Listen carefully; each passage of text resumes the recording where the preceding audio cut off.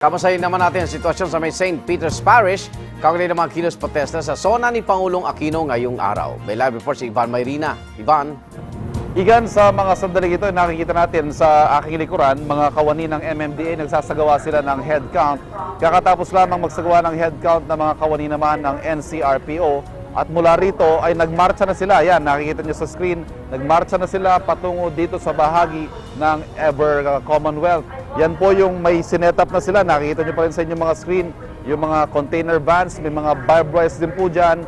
Sarado na talaga itong northbound lane ng Commonwealth mula pa lamang po dyan sa Ever Gotesco. Samantala, kanina nga nakausap po natin si NCRPO Chief Director Valmoria at sinabi niya rerespetuhin ang karapatang pantao at ipapractice ang maximum tolerance sa kanilang pakikipagharap sa mga inaasahang kabi-kabilang rally. Pero ang tanong dyan, Igan, hanggang saan ba ang maximum dun sa maximum tolerance?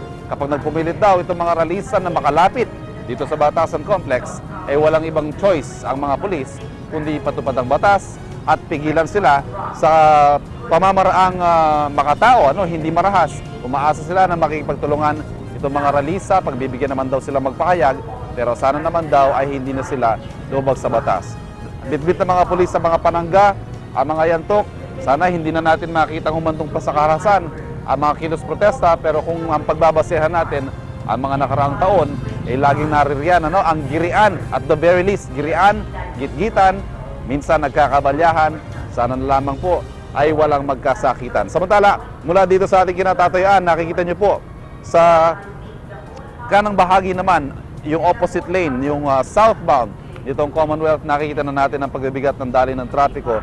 Dahil po yan sa isang zipper lane, bali nagkaroon po ng counterflow mula dyan sa Ever, papunta sa northbound lane ng Commonwealth, ay dyan po nagkakaroon na ng pagbigat ng daloy ng trapiko. Yan po yung direksyon patungo naman ng Quezon City Memorial Circle.